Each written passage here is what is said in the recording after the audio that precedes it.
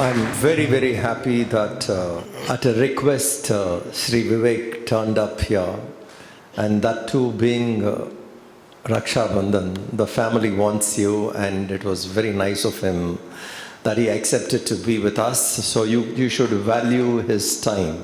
Okay. Vivek, thank you very much. I was floored, blown away when I saw the short version of Tashkent Files in Chicago. From that time onwards, I have been speaking about it a couple of times, and today I saw the movie for the fourth time. So twice I saw it in Chennai theaters, and one was in Ann Harbor. I think not Netflix, some copy they had. The movie was impressive. I need to tell them to watch. And then again we saw it today, and what is very important is clear thinking and the art of expression, how you express what you think. Truth has to be told fearlessly. Most of us can do it, but there is an art of presenting truth. When you learn the art of presenting truth fearlessly, it reaches out people. And what you saw in the movie today is the presentation of the truth. You think that was easy? Conceiving an idea of that kind and then writing a storyline and then presenting the truth with the story of Lal Bahadur Shastri, it's definitely a very beautiful eye-opener. So that is what impressed all of us, and I would, as I told you earlier, that Matrix, the movie was very, very impressive because it speaks about the mind conditioning you. But in the world where we live, we have various conditioning. Different ideologies condition us. Different ideologies throw their narrative at us. And if we do not know to understand them correctly, we buy everything which comes to us. So there is a method of inspiring you to think original. Tashkent Files is one of that which makes you think. That you can think and see it from the other side to analyze for yourself. Thank you, Vivek, for making a brilliant movie. Over to you. So, thanks a lot. Happy Independence Day to everyone. And आप सबको राखी की बहुत बहुत शुभकामनाएं. Thanks for such kind introduction to the film. I seriously feel very lost and embarrassed when people talk about my films, because there was a time when actually I never decided to be in film industry. I never assisted anyone. I never went to any film school. It just happened that I used to make ad films. I used to commission advertising films, which means in the agency we'll hire somebody in Bombay to produce films for us. So I was making a couple of ad films for Rin or some detergent with a very famous gentleman called Rakesh Om Prakash Mehra. He used to make ad films, and we disagreed on something, and in the middle of the shooting, he said, in that case, I won't do your film. And then if I don't do your film, what will you do? That was a very important question, because if you are in a train and the train suddenly stops and the driver tells you, okay, goodbye, after this I can't take you anywhere, what do you do? When you get lost in a jungle, what do? You have to find your own way. So I think that the best way to find truth or best way to discover anything is to get lost. When you get lost in a city, that's the best way to see best of the places in a city. And that's why I've stopped taking tours when we go out. I don't pick up a map. I just get out of the hotel, and very often, since I travel almost 20 days in a month, very often I don't forget also which hotel I'm staying in. Thank God now they have changed, so you remember. As far as this film is concerned, see, it's very important to give you a little background, because these films are self-discovery. These films are all about self-discovery. So when Rakesh Mehra and I had a little disagreement, and I said, I'll make it. And very next day, I had to shoot because no other director would come and take a ad film in the middle of the shooting. But I didn't know what to say first, lights or camera, how do I give instructions? So I went, it was famous studio in Bombay, I went, Shekhar Kapoor was shooting a film which never got released, called Time Machine. So I very quietly, I said, somebody told me Shekhar is shooting downstairs. I said, go, good, I'll go and figure out how does he give his instructions. And I waited and waited throughout the day, and Shekhar Kapoor never gave instructions. The problem is, Shekhar speaks so softly. He speaks so soft that if you're sitting next to him, every time, he's a good friend, I have to tell him, zor se bolo, zor se bolo. But that's how I learned how to give commands. And then I just did something in television, and some producer from London came and said, I've seen some of your work on TV, can you convert this into a feature film? And in those days, I was working for Z, I was making some stuff for Z. In those days, all the television channels, when television started in India, nobody, even the stars, if you go with the original script, nobody will listen to you. If you remember those days, those videos were very popular, video libraries. If you say, this is based on that film, instantly they will agree or disagree to do the film. And same thing happened for television. The channel had asked me to copy something which was a Hollywood stuff, and we did that. Then a producer came and said, why don't you just make it into a film? And I was younger, and I also wanted to belong to the big materialistic world of Bollywood. So I made that film. A lot of people said, oh, it's one of the best films we have seen. And a lot of people said, you copied this film, you are a thief. So I said, I'll make an original film. So there was an original story, a very real story in South Hall in London. Some Indians and Asians basically owned a South Hall football club. And there came a time when they had to pay some 99 pounds or something to the county to lease it out further. But because of their own problems, they didn't even pay 99 pounds and they lost the football ground. So I wanted to make a small film on that. But then the studios got involved and they said, let's make a big film, big. And everybody wanted to make a big film. And that's when I realized, Swamiji, that I was somewhere, I started telling stories which people wanted to hear. But there was no ad which said that wanted directors. I did not apply. I came out of my own free will. And that's when I said, no, I don't belong here. So I quit. I actually mentally resigned from Bollywood. And I started teaching in Indian School of different universities.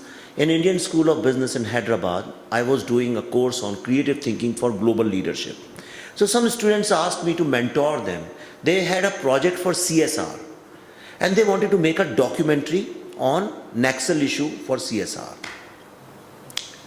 And they asked me to mentor. I agreed. There's a long story which is all in my book called Urban Naxals.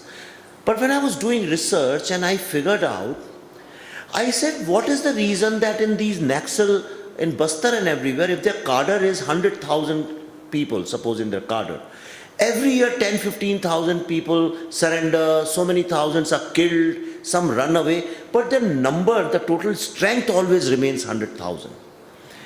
So when I started researching on that, and since I also had a background of involvement in Naxalism, when I was in college, I was in sort of a Naxal without knowing that. I have been to jail, I have burned buses, I have done all that. So it was easy for me to understand that. And then I realized that in a very structured, typically a corporate manner, it's run like a very well-run organization. The students are being recruited every year from various institutes and organizations. So I said, no parent can send students to college after 12th and say, hey, small town, middle class young boy, the minute you join an institute or university, go and become a Naxal. Impossible. You can be Hindu, Muslim, rich, poor. You can be anybody. You can hate everybody in the world, but you can never want your child to go and become Naxal. Which means when they come, they are in a systematic manner, they are brainwashed. Like these young 5, 6, 7, 8-year-old kids in madrasas in Afghanistan or Pakistan in the western frontier side, they are brainwashed to become suicide bombers.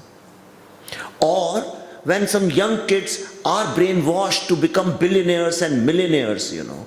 In the same manner, some students in India are being brainwashed to join anti-India forces. And that was the research. So we made a very small film with almost negligible budget. But for 6 years, I couldn't release that film because every time I showed this film to distributors or studios or people who could have helped me release it, I did not realize that I was showing to the same people whom the film was based on. And every time somebody saw, they rejected it. One of the largest studios, you know, they were distributing, number one studio, you will know, they were distributing it. They signed a contract with me. I had a contract. So I said, see the film. So he said, no, you make good films, so we don't have to see it, it's fine. Just 1 week before the release, I insisted. I said, ek baar dekh to lo, you have to talk to press and all those things, to the CEO of the company. He said, chalo acha dekh hi lete hain yaar. And he saw the film, and very next morning they cancelled the contract.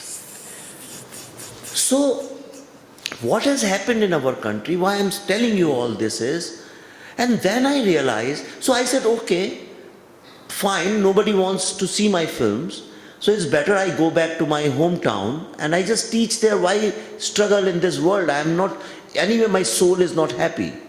And it was very dark, monsoon time, I remember in Bombay, it was so dark in the afternoon. I was painting, and then suddenly I believe in Saraswati. I really believe in the whole Hindu philosophy around Saraswati. So I think somebody spoke to me and I said, hey, you came here because you wanted to tell stories. You are not here to become a filmmaker. Just because it's been shot on camera does not mean that it's not a story. The purpose of making this film was to create awareness amongst youth, which you can still do it. So I said, okay, it's a great idea. I should be showing this film to film schools. So since I went to JNU, so I wrote to the head of cinema department in JNU. I said, here is a film, and this basically is to create awareness and the biggest threat to students in India. So can you screen this film? They refused to show the film.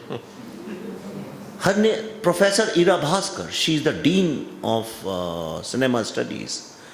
And I realized they were all leftist people. She is the mother of Swara Bhaskar. The reason I am taking the names, because Swara was supposed to act in my film, but she left it because she didn't agree with that ideology. So I said, this is going to be a fight now. Without fighting, nobody is going to listen to me. It wasn't that I said, okay, I've got courage and I must go and fight, you know. I said, but this story must be told. Otherwise, so many lives are going to be wasted. And when I started showing that film in various universities, and I have not stopped since then. I remember 2014, I started traveling. And since then, I am traveling almost 20 days every month. If I spend that time making mediocre Bollywood films, I can make billions and billions of rupees. But the only reason I am doing this is because every time I meet these small town, middle class youth of this country, my conviction becomes stronger. This nation has been gifted with so much of native wisdom. If you were talking about Matrix and Hollywood, you look at Hollywood make generally 2-3 kinds of films. They make disaster films, you know, where there's somebody attacking US and the world is going to end because New York is going to end, and some superhero has to save it. Or they make typical love stories and commercial based on this thing. And sometimes they make intelligent films. They make films which basically probe life, what is beyond life, about relationship, why we are here, the deep meaning of relationship, society. If you look at that carefully, I have done research on that. Sometime I'll write a book on that. If you look at that very carefully, all their concepts have been borrowed from Hindu philosophy. Titanic. Look at Titanic. Now the entire thing of lifelong meeting in 7 relations and reincarnation and all those concepts, it's actually based on that janam janam ke saath pe. That level of most of the assistant writers and researchers were Indian young boys and girls. Do you know that? The back room was full of Indian boys and girls. And these boys and girls didn't have to do any research. Even the script doctors who were involved, they were Indians. And some Chinese, because we are not very different when it comes to family and relationships. Nobody told you. Why? These people didn't have to think, because it came so naturally to them. So what comes like materialism comes so naturally to people in the West, the spirituality is in our DNA. And to make it simpler, I have learned, what we call spirituality is nothing but for our inner dialogue, which we are having about the society, about the family, about the things. The constant seeking and questioning is so omnipresent in Indian DNA wherever I go. The kind of questions people ask, the kind of things they talk about relationships, nowhere in the world people do that. And that's why it gave me a very strong mission or a purpose in life. And I said, my youth was wasted. Just engineer bano, doctor bano, फिर शादी कर लो, फिर बच्चे कर लो. But today there's a chance for Indian youth to shine. And that will happen only when we start believing in the concept of dharma. Because I believe that there is one power we bow down to, and in Hindu thought it said that the only thing which is superior than the king, which king is a guardian and a servant of, and a protector and an executioner of, is dharma. And when the king becomes a dharmi, then the praja has a right to kill him like a mad dog. It's written in Manusmriti. Manusmriti is infamous by the JNU people, and other communists have made it infamous. But Manusmriti is the world's first, you can call it the constitution to govern, the constitution for economics. All the principles of governance and economics are present in Manusmriti. So that is why I am doing that. It's not courage, it's the lost youth, the 15, 20, 30 years which I wasted fighting with the colonial mindset, where I was made to feel guilty about being an Indian, being a Hindu, being a middle class small town person, despite being highly intelligent and educated, because nobody trusted my native intelligence. And everybody thought that what I am learning from the Western books is better than what we know already. So I made it a mission of my life that till my last breath, I'll keep telling Indian themes, Indian stories, and create awareness that ultimately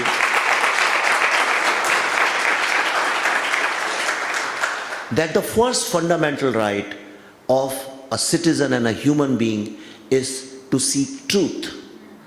And has anybody, remember, in your entire education system, in your social system, in your political system, has any leader, teacher, or anybody has ever told you this, that your first right in a democracy is right to truth? You have been told about justice and liberty. Nobody told you truth. But without truth, can there be justice and liberty? I am asking you this question now, Swamiji. I want to learn from you. What is your experience? Do you think without dharma and truth, can we ever have justice and liberty? Impossible. We always go by Satyam Vada Dharmam Chara. Any decision we need to take has to either be truth or dharma. If it is both, that is the best. Sometimes when you have to take a call, either it should be dharmic or it should be with Satya. If we avoid Satya and dharma together in any decision we make, definitely that would come as a karma. It would hit us bad. So to handle karma and the future, what comes to you intelligently, we should hold on to Satya and Dharma. So if we give up on Satya and Dharma, both together, then it becomes very difficult. Sometimes there could be situations where Satya need not be on the front. Dharma should be in the front. So based on Dharma, you can alter Satya here and there.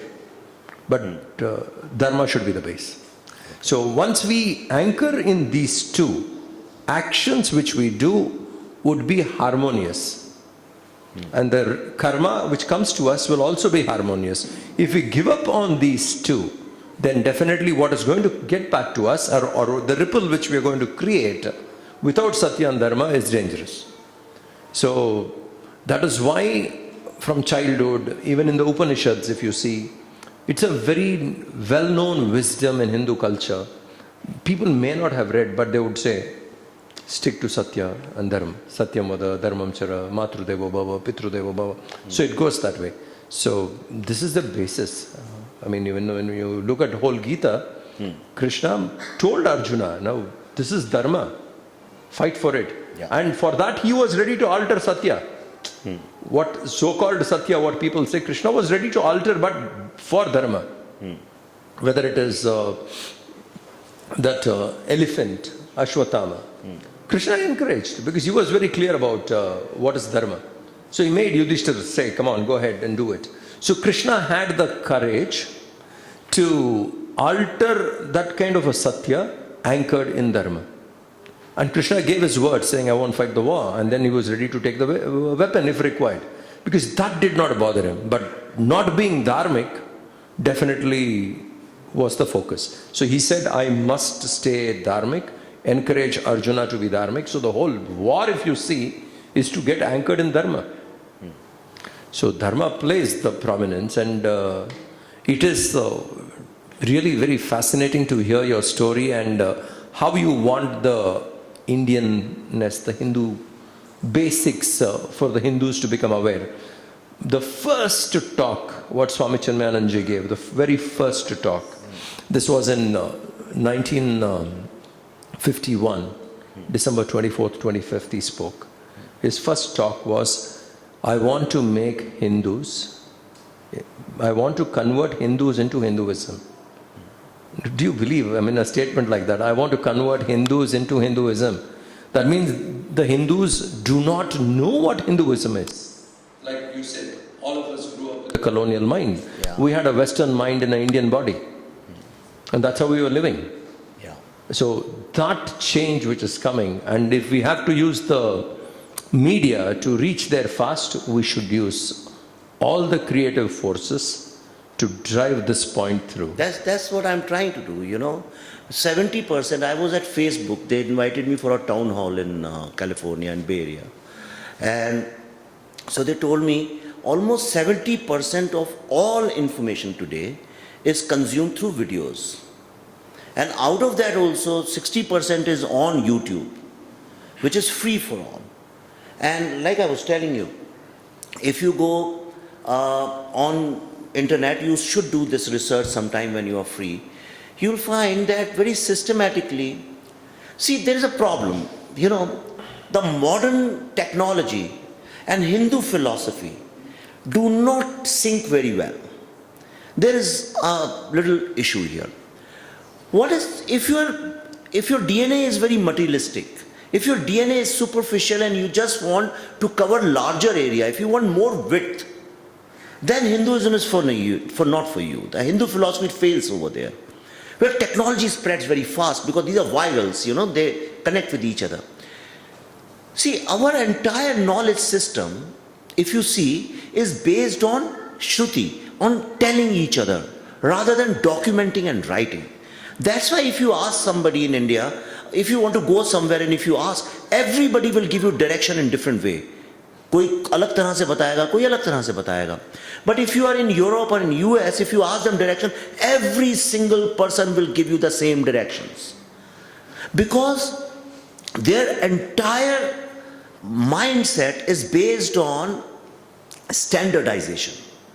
They want one voice, they want one kind of windows, one kind of doors. Everything has to be uniform and standardized. That's how globalization works. Globalization does not work when there is diversity. Whatever the West tells you about diversity is all lie. They don't believe in diversity. What the kind of diversity they believe in is the kind of diversity you have in America. Which means you have Chinese, you have Thai, Indians, people from Tanzania, people from Poland, people from all over the world. But they live their in own communities, in their own ghettos. Nobody interacts with anybody. It's a very superficial diversity. Right? Whereas in India, there is not even one day, 1 hour when you are not interacting with somebody who's different from you. In language, in color, in economic status or something. That's why our knowledge base is on daily interaction with people. And at the center we have family. Now here is something I just want to tell you what I have learned about Hinduism. Of course, yes, there is an academic side to it, theory. But I think it's very important to understand why Hindu civilization has survived when all other civilizations have died. Every single civilization in the world has perished after some time.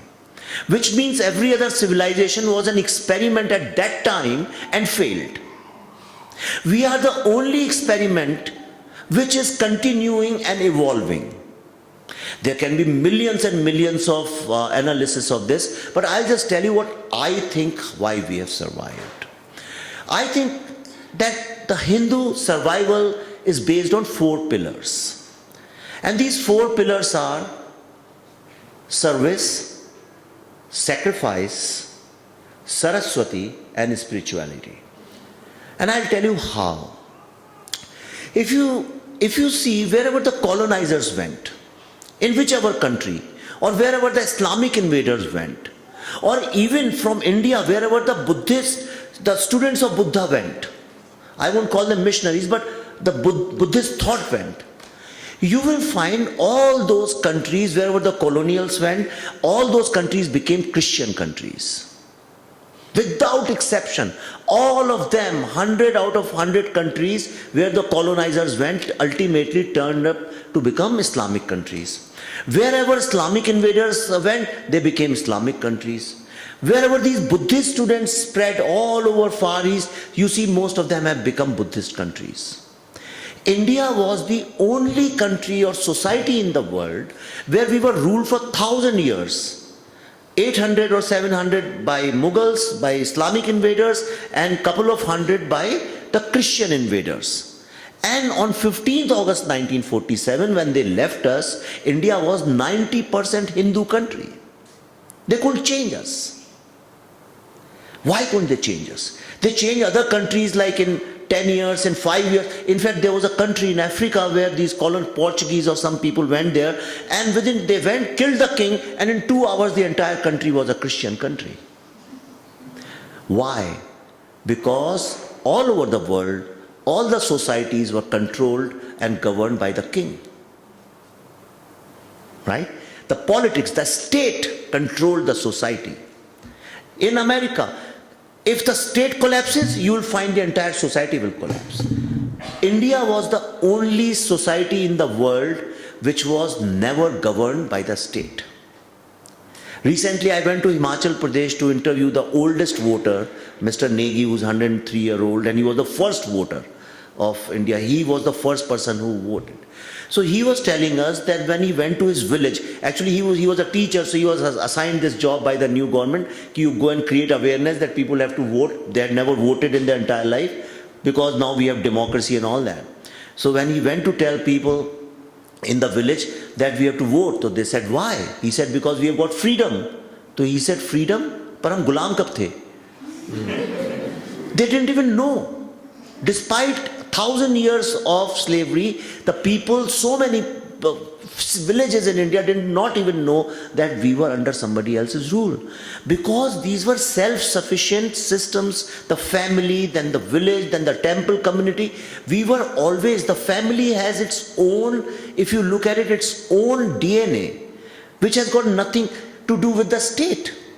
So that's why India was so many states, princely states or different states, but still it was one nation. It was because culturally, and what was that culture? That culture was based on family. And what is the central value of a family?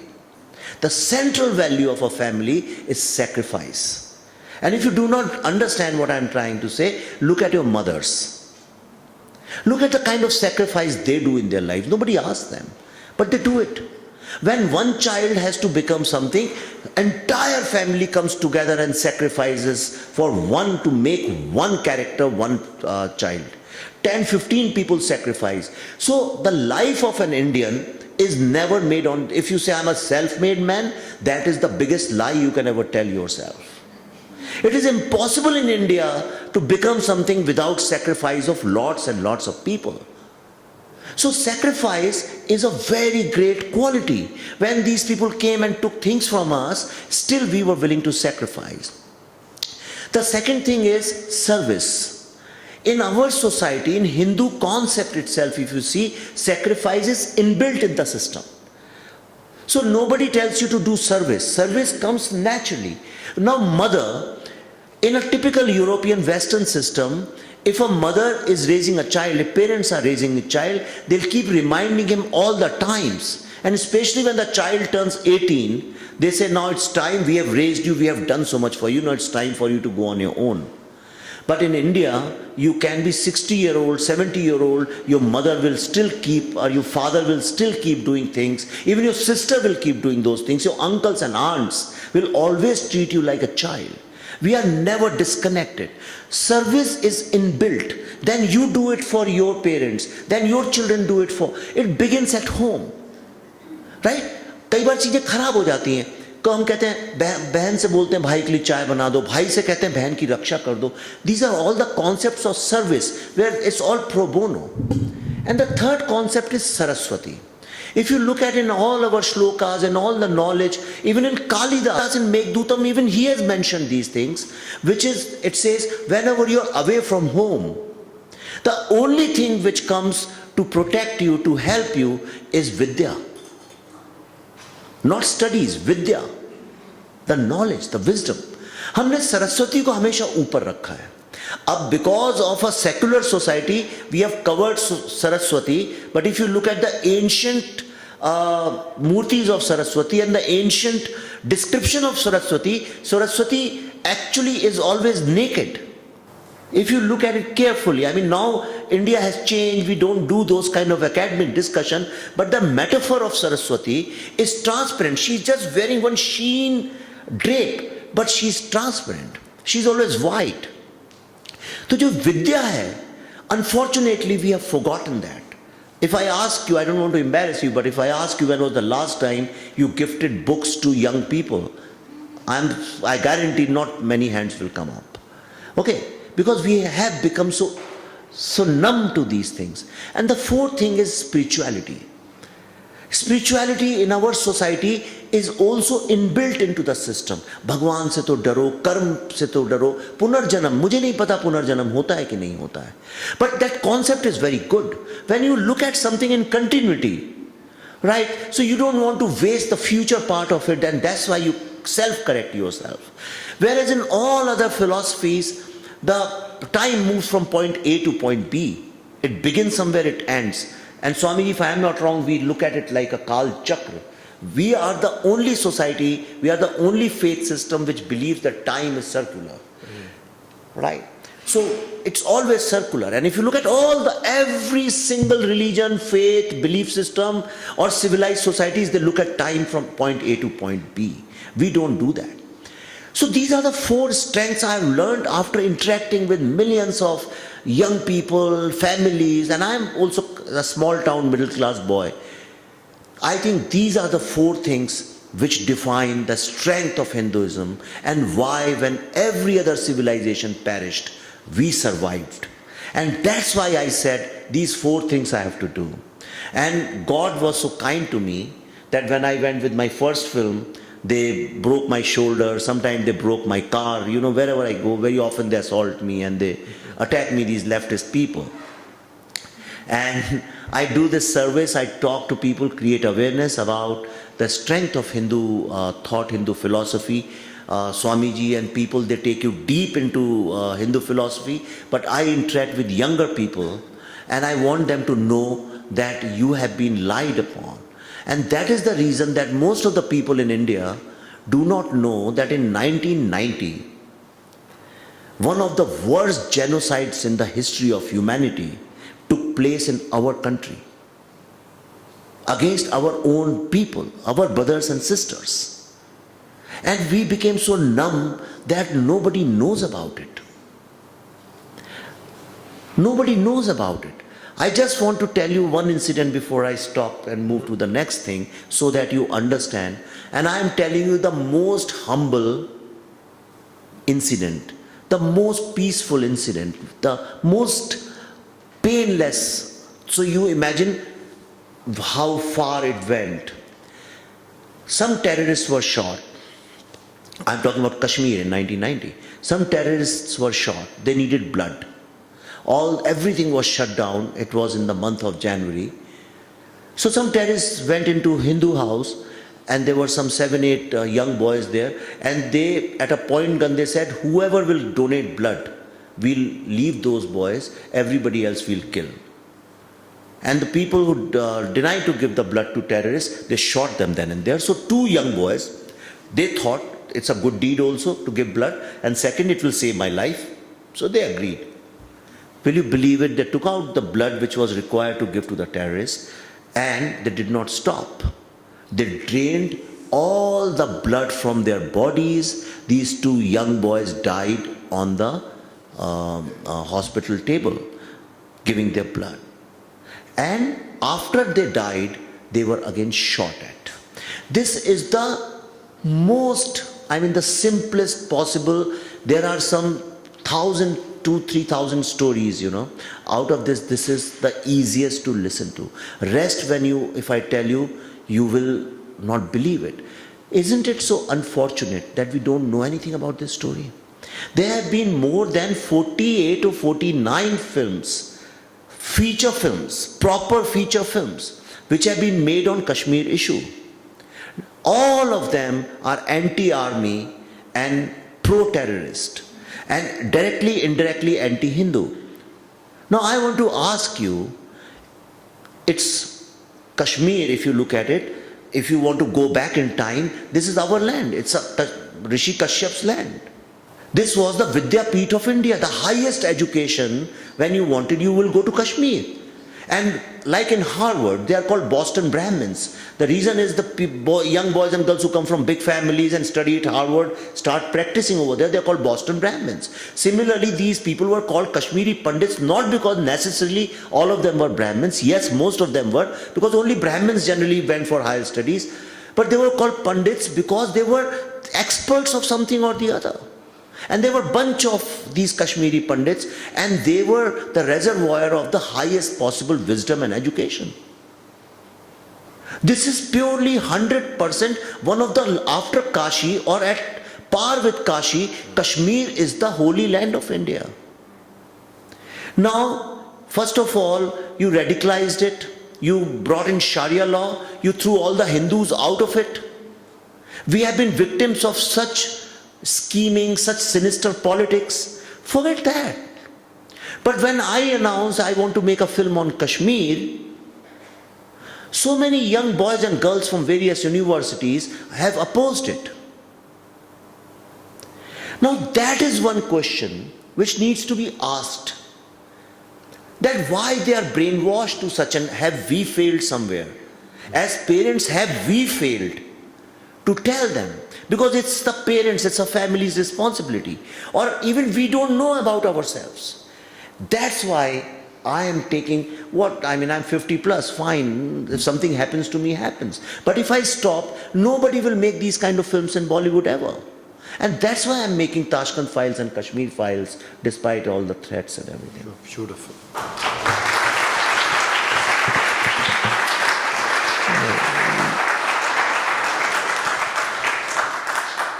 You hit the nail that a systematic approach is taken, and students at a very early age, by different forces, they get brainwashed into an ideology which makes that person suspect his own source.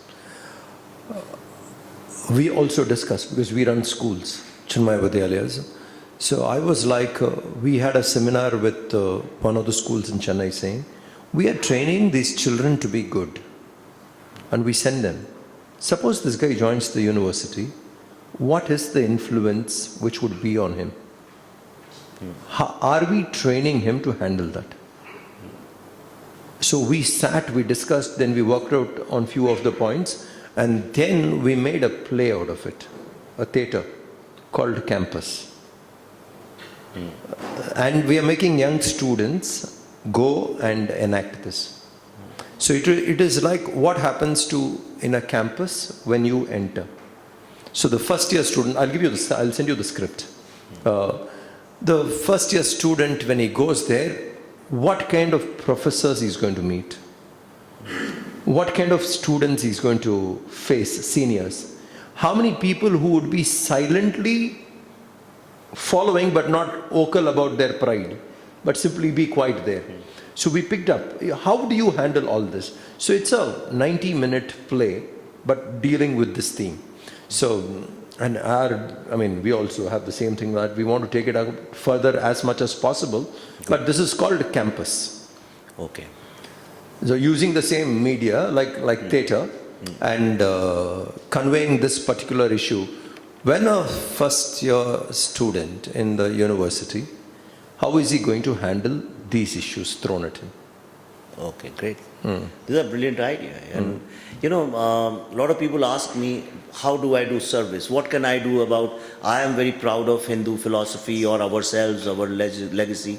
But what do? I am an IT engineer.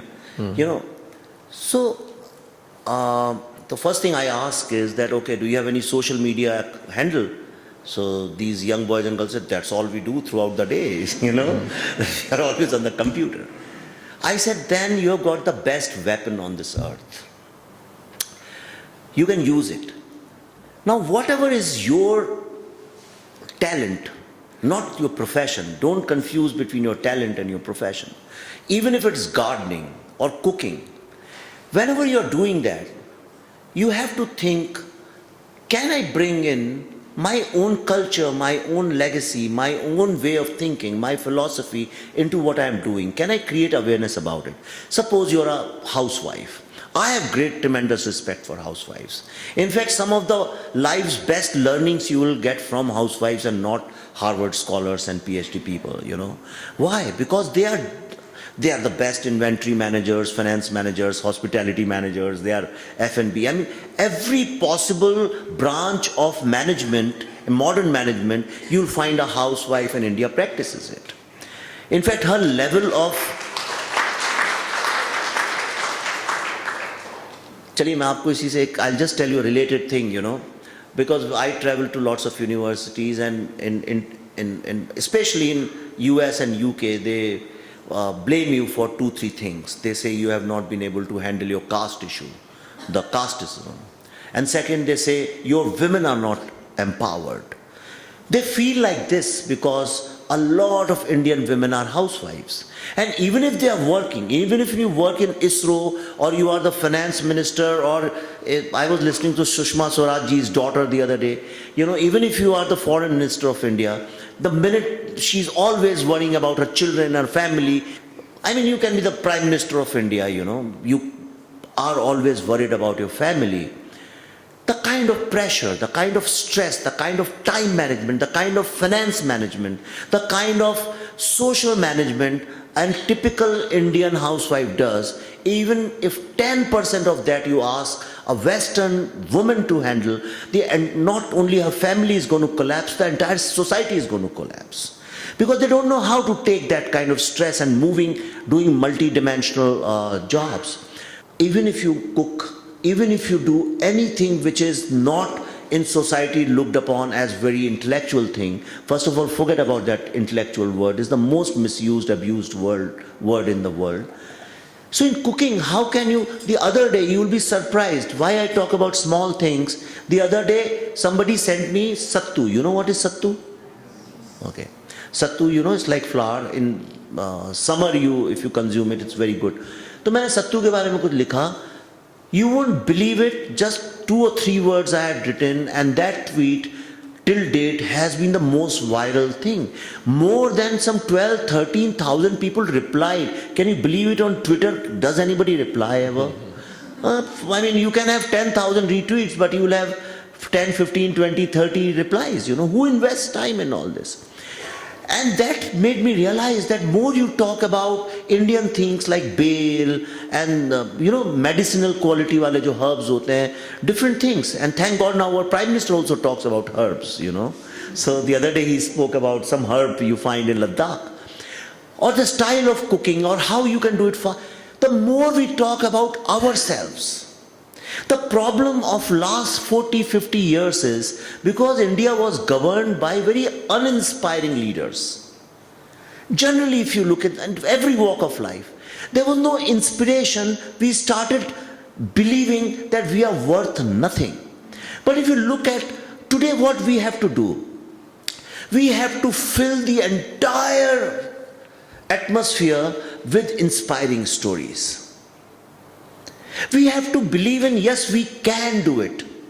We have to become, India does not need azadi from garibi and unemployment and caste and all those issues, which will get automatically.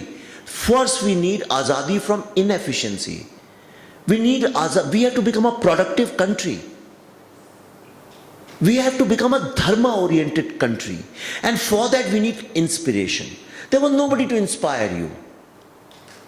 But one inspiration, you found Swachhata Mission, and you see today if you are sitting in your car and you want to throw something, your child will stop you. Every single story, you are a story, everybody is a story. Your life definitely has some inspiring moments. It is impossible that no life can be so dull that it has never had any inspiring moment. If nothing else, the first time you fell in love, or the way you looked at your child when a child was born. We have to become more vocal. We have to write these inspiring stories. Whenever you put any picture, even of a birthday, see if there is a story inbuilt somewhere. Write about positive things, write about inspiring things, write about constructive ideas. Only when we have a collective consciousness which is inspired, unless that collective consciousness is inspired, it is impossible to move further. And then you will find when we have 1 billion inspiring stories, that is the only way to become Vishwaguru. Perfect. There is no other way. I'll just tell you three incidents from Indian history. Number one, what we call the Vedic period, the golden enlightened period. You look at anything, anywhere, even the bricks we made. They are so inspiring. The whole dimension, if you study Harappa and Mohenjo-daro thing and the science of architecture, right? Everybody, and that's why we invented so much. All the people you call Rishi, actually these Rishis were scientists. We didn't have a term for scientists, so we called them Rishi. They were all scientists. All the lives were so inspiring, and that's why we are always talking about Vedic period. Why we are so obsessed. Second thing, when we had so many, because the Mughals came and we were going through a lot of oppression and a lot of new philosophies, new concepts coming in, and we were going through conflict, it was difficult for the society to handle, and so many bad practices and evils came into society, chahe usse sati pratha bole, chahe conversion bole, and that time automatically, without doing anything, if you see, so much of inspiration came, jisko hum log bhakti yug bolte hain, bhakti marg, jisme Tulsidas, Kabir, सारे जितने हमारे great thinkers and poets, Raja Ram Mohan Rai, all these people are products of bhakti when the bhakti marg began. And what was that? That bhakti, आप देखिए, मैं ज़्यादा तो नहीं बोल रहा हूँ. No, please. Please. So, अगर आप भक्ति का देखिए, art में, since I come from art, सारे art में पूरे world में, there are 7 rasas. जिसको 7 common you will find in different cultures and everywhere, जिसमें anger होगा, जिसमें love होगा, जिसमें romance होगा, humor होगा, all those 7. We are the only, it's so strange, we are the only society which have 2 extra rasa. Navarasa. Right? And those 2 extra rasa, one is Vatsalya ras. Vatsalya ras is between mother and child. We have acknowledged that relationship as one of the artistic rasas. And the second rasa, which you will never find anywhere else in the world, is bhakti ras. We included it. And it is bhakti that bhakti, without bhakti, you can't become, there is no oneness. So bhakti is not always in context of Ishwar, or bhakti can be to any purpose. आप जो कर रहे हैं, this is bhakti. What I am doing is bhakti. जब आप खाना बहुत अच्छे से बनाते हैं, आपको शाम को you are making it for your child who has stopped, and you are making with all the dedication, devotion. When you and the cooking, the process of cooking becomes one. When there is absolute oneness, जो मीरा और कृष्ण के बीच में हुआ था. मीरा और कृष्ण का जो metaphor है, if you look at it, that is total oneness for the society to understand. Tulsidas and Sri Ram, Bhagwan, that is total oneness. So only we have acknowledged that bhakti. तो जब कोई बोलता है कि आप तो भक्त बन गए हैं, तो मैं बहुत गर्व से कहता हूं, yes, that's the highest trait. इससे अच्छा क्या हो सकता है?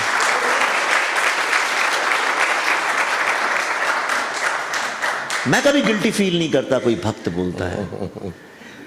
तो वो भक्ति का मूवमेंट आया.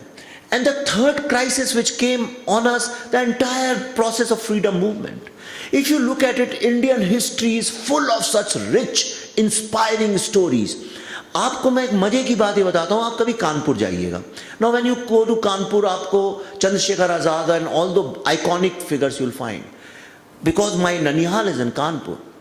And why in Kanpur? Everywhere in India, almost every second house you enter and you talk to them, they will give you one sacrifice, one inspiring story in their own family, how people fought for freedom movement by doing different kinds of things.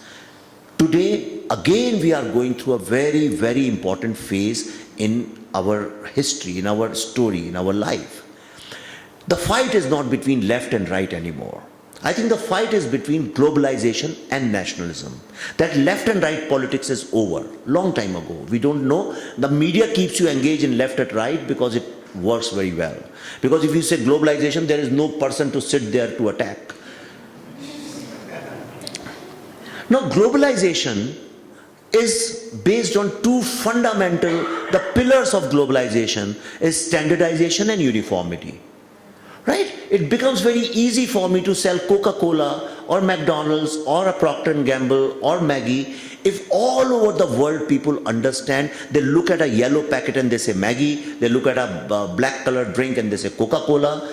Everybody speaks the same language, same price, same merchandise. Wherever you go in the world is the same thing. That's the idiot proof. Dumb down the customer so much. Everything is idiot proof. That's why you will find in last 15 years the standard of movies of all over the world has come down to a level, it's become just superhero movies. And that's the direction we are going in, because that's the dumbest thing. And even you enjoy it, your child enjoys it, your servant enjoys it, everybody enjoys it. That's what they want. But the culture of a nation is very diversified. You want different languages, you want different flora, fauna in the human quality. Now that is a very big fight going in the world.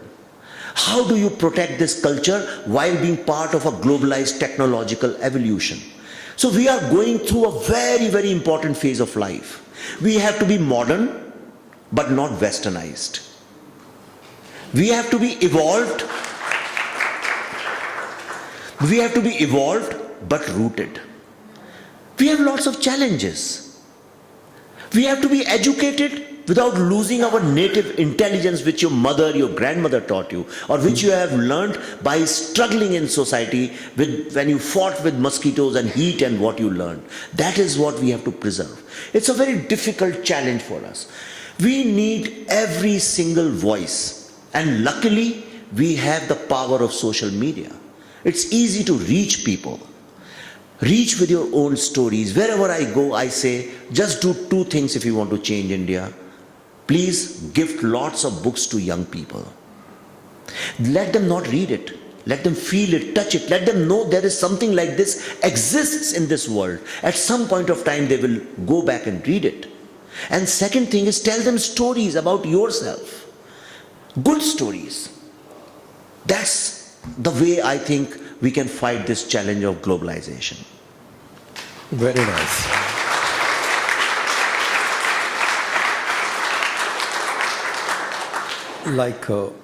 Like you said,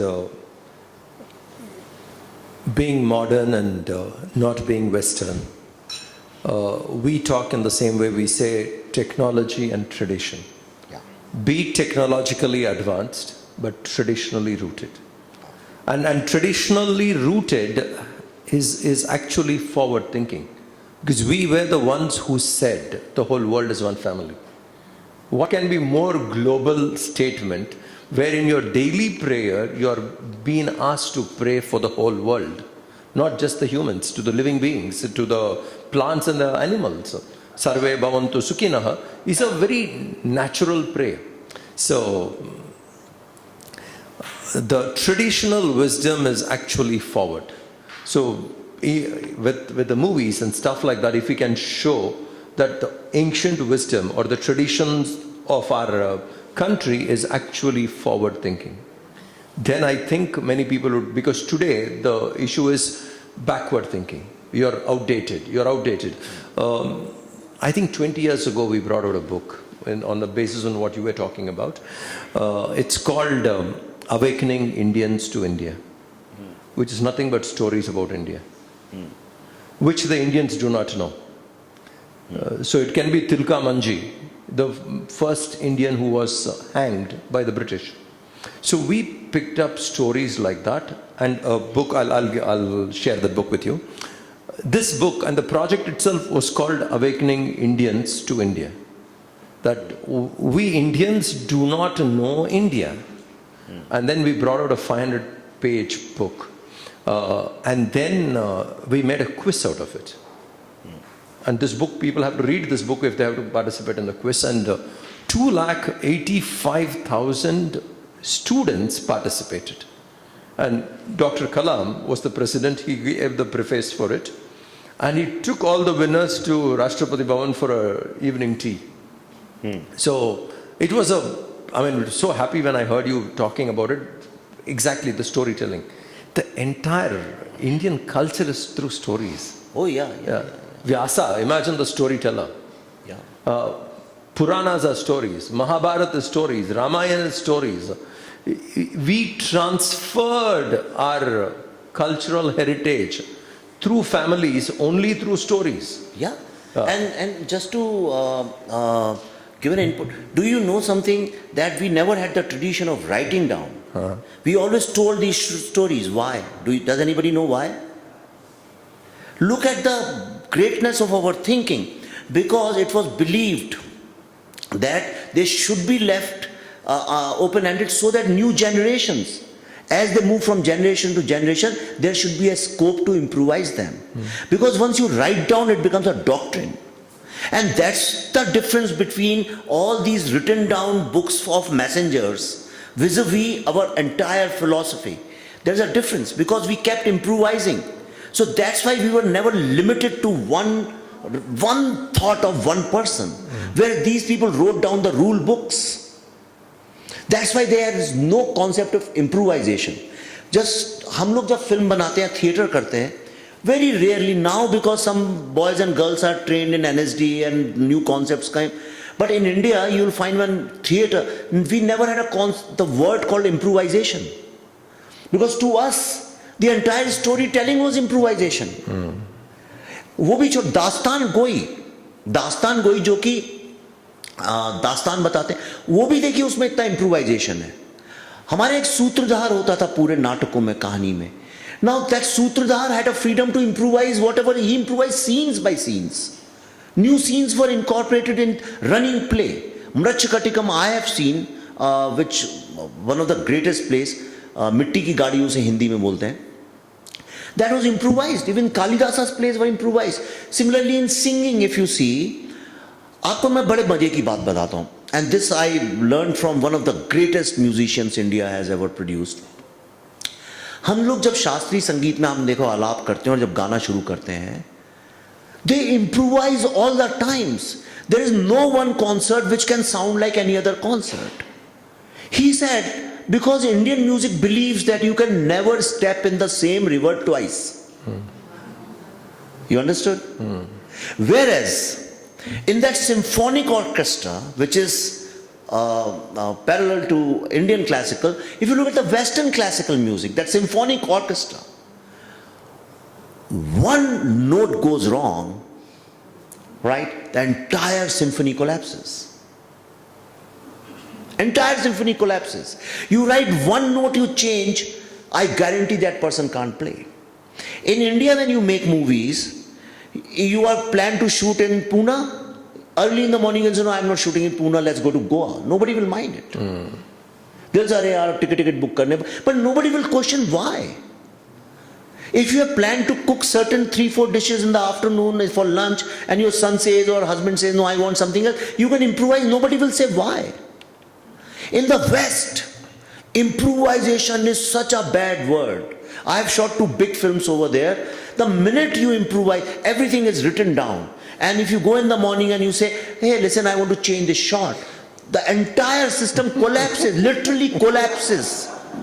And not just collapses, you have to pay fine for that. Then they charge you extra money for that. They said, I was not mentally prepared for it. Right? In USA, if you are going on Thanksgiving to your mother's house, and 6 months in advance you have told me, Mom, I like banana cake or something like that I want to have. And last minute, suddenly you find that you are allergic to bananas, and you want to change it to a pineapple cake. Imagine. Just imagine what will happen. If you tell your guests, hey, I'm getting one extra, my friend dropped in or my cousin came or his wife came and I'm bringing them over for dinner, 9 out of 10 times, chances are they might tell you, say, hey, listen, we just cooked for 6 people. That improvisation is, जिसको जुगाड़ भी बोलते हैं हमारे यहाँ. See, देखिए, अब आपको मैं बता दूँ, ये, why did you laugh? You laugh because your minds are conditioned to look down at जुगाड़ and look up at innovation. Right? If I had said, let's become an innovation hub, you would have said, oh yeah, why not? I am anti-innovation. This innovation word has created a feeling amongst our youth that innovation is something only in IIT and all these top institutes you can do. This boy studying in 11th in Kasturba Gandhi Madhyamik, Uchchatar Madhyamik Vidyalaya in Meerut and Banaras thinks I am not capable of innovation. Whereas 24/7 he is innovating something or the other. Right? मैंने तो ये भी देखा है 2 साइकिलों में बीच में चारपाई रख के उसमें ताऊजी हुक्का पीते हुए जा रहे थे और and the kids are driving him from one village to another village. Now that is innovation.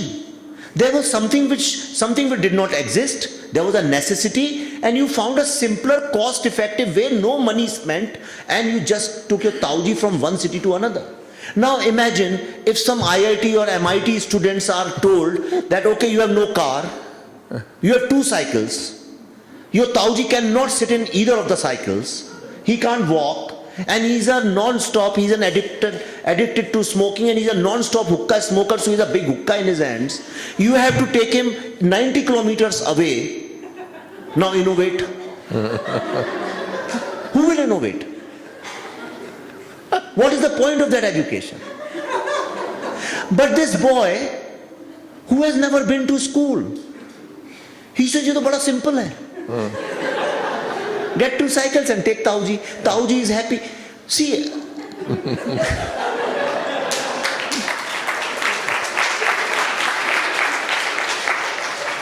what is innovation?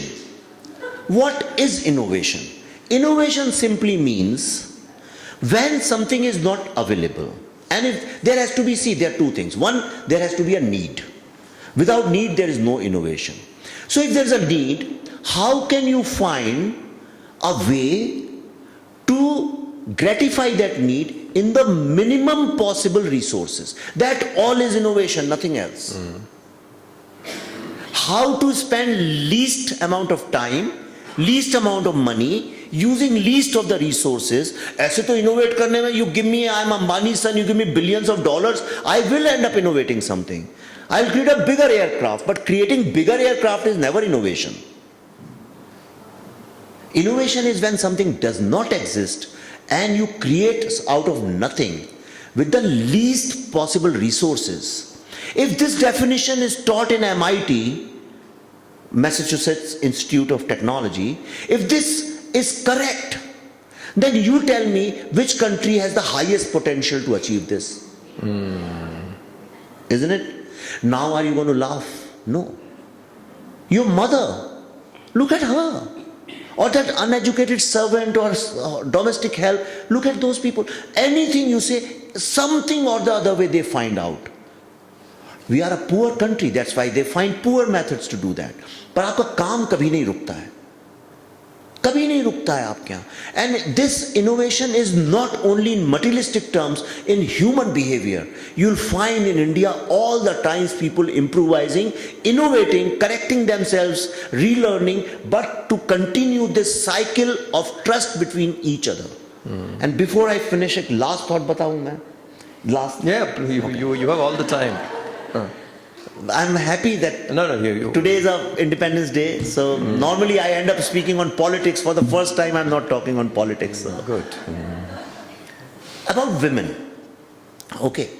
Now, I was in Purdue University and there's a student called Akshay Jaju. He's doing research over there. So I was giving a lecture. After that, in question answer session, he said, sir, this one of the gentlemen who invented internet, so he had come to give a lecture and he was saying how they are going to invest in different countries in technology. But India didn't feature in that. So he asked him, sir, why India is not featuring in this? He said India has two problems. One is casteism and caste oppression. And second, your women are not empowered. And since then, wherever I go, I tell this story, whatever the subject is, because it's very important we change this narrative. So, I repeat every single time. Now, caste. Okay. India found freedom on 15th August 1947. On that date, let's assume if the caste oppression, which means the number of upper caste people who oppressed lower caste people, if that number was 100, the maximum. Let's say the index was 100. Means 100 out of 100 upper caste people used to oppress, exploit lower caste people on 15th August 1947. What do you think today would be that index? Where has it come down? From 100 to how many, what percentage? What's your guess? Any other guess? Yeah. So all over the world, I must have asked this question at least 200-300 times in Oxford to BHU, you know. Everywhere people say it ranges between 10 to 20%, and you are right. It actually is somewhere between 15 to 20%. Which means we have covered almost 70 to 80%. We have corrected our society. If that is true, then this is the most successful social re-engineering in the minimum possible time in the history of humanity. Brilliant. Has anybody ever told you this? No. Because they kept you focused only on what needs to be covered, not what we have covered. Nobody knows. No child is told this. It's a great, great achievement. In US, they still don't. They are confused whether to have reservations for blacks or not. They are still discussing this. In America, racism is a real, genuine problem. The only difference between India and US is that they have sent thousands of NGOs here in India to find our fault lines and publicize them. If you send all these NGOs back to US will be the worst country in the world to live. It's a hollow country. Now the second thing, he told me the women empowerment. Your women are not empowered. Okay, now empowered is a word which can be defined in 1 million ways. But I can tell you one thing for you to take back home about the women of India. Yes, we have crime, but let's keep the crime part away. Let's keep the law, order, crime, but let's look at, despite a bad law and order, despite a patriarchal society, despite a male-oriented society, what our women have achieved.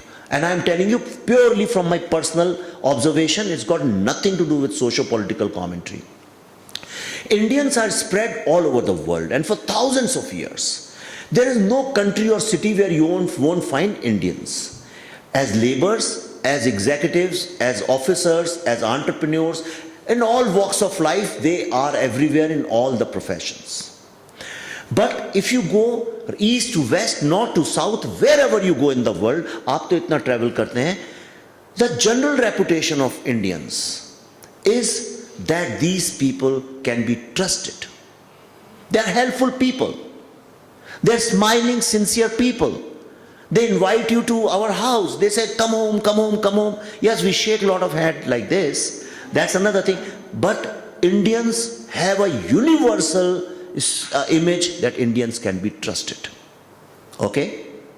Now, when Elon Musk makes a great car, a battery car, or right, his photo comes on Times cover, say entrepreneur of the year or the product of the year, the manufacturer of the year. Whenever somebody creates a great product, he is recognized by the entire society. When Mukesh Ambani gets Jio, immediately he is printed all over the magazines and newspapers, right? Now I am asking you this, who creates these men and women who go outside and they can be trusted? Because trust is the highest human trait, is the highest human quality to achieve. You can live without love, you can live without sex, but you can never live without trust. There can be nothing in this world without trust. So all those mothers who create these young boys and girls, who go out, so the world says I can trust this. So don't you think that the person who manufactures such young boys and girls must not be celebrated? Why don't we celebrate those mothers?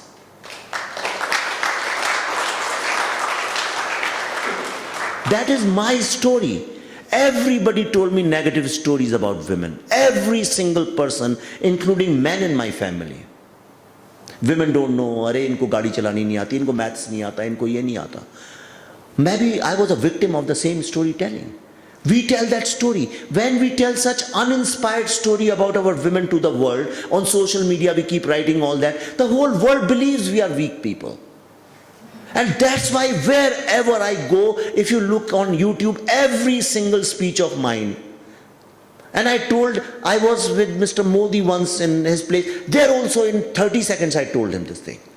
I have and made sure that if I speak about Indian women, this is the only story I am going to tell, that despite having nothing with them, no social support, no political support, so much of sacrifice, she eats the worst, whatever is left, she wears the cheapest possible clothes, she is always in a sacrificing mode. Despite that, she never fails to add this value to these young boys and girls that lose everything, but I must trust you. And that trust is something which is missing from most of the world. Trust is the most precious, most valuable thing in this world. All the humanity we talk about, all the human rights we talk about, ultimately everything, all philosophies, religions, doctrines, everything takes us towards trust. And that trust, if you want somebody who personifies it, it's Indian mother. And that is the power of Indian woman. Lovely, lovely.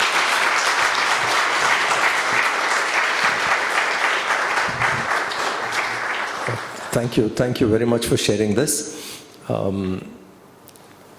Last December we made a project. I was doing a camp on 31st December. Incidentally, 31st December is when Swami Chinmayananji started his lectures on the Upanishads for the public, 1951. So we were celebrating that event, and as we were talking with the kids, there must have been some 80 children were there with me, teenagers, 17, 18 years old. We came up with a project called Shorter Than the Short Stories. The project was like, you must tell a story, it should be shorter.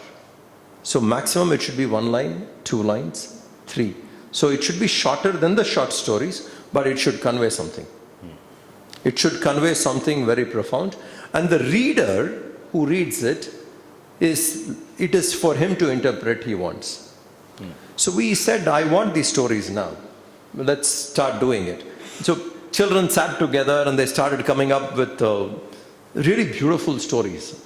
And it'll all be like maximum 2-3 lines. But when you contemplate on it, it can be life transforming.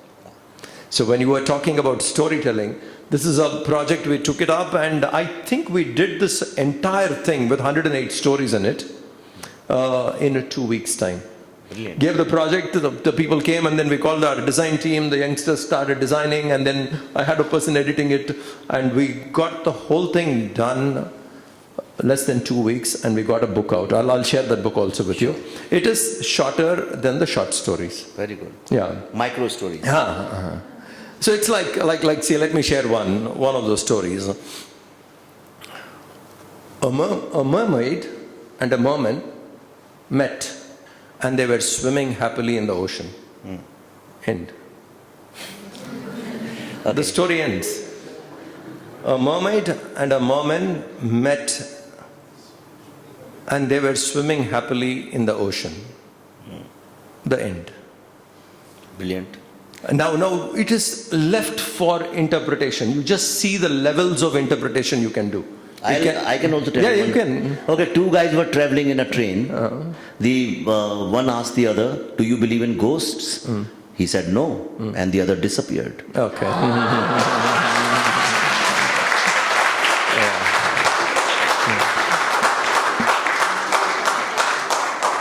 Now, when I gave you this story, mermaid and the merman, what came to your mind?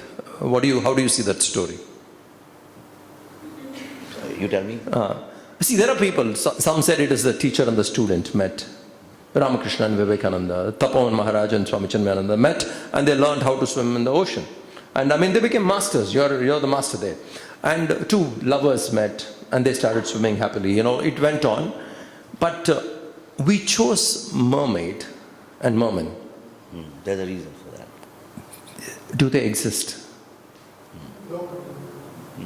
So two unreals have come together. Brahma Satyam, Jagan Mithya. The unreals are swimming together. You're real always. So the mermaid shape what you have taken is not you. So the body is also not you if you go back. So each story will have layers of interpretation. Good. Like there's one story called there was a swing. One of the kids wrote the story. There was a swing, and the swing went on swinging. The end. Really beautiful if you start thinking. It's like Swadharma, or what you are inner calling, and you are happy doing it. You go on. So each of these stories had, like layers of interpretations. One of the kids came up with a story. The best stroke in cricket is well left. Acha. The end. All kinds of things come towards you. We don't have to touch everything. We can allow it to pass. When something comes to you and it goes across, you don't have to touch it, and then you tell yourself, well left. Yeah. The left stroke. So Very nice. I'll share that book with you. It's so your passion of conveying it through stories is something which is dear to us also. We do. Brilliant. So what we are looking at, the extension of this project, I'll take the story of the ghost, what you said, in the next edition.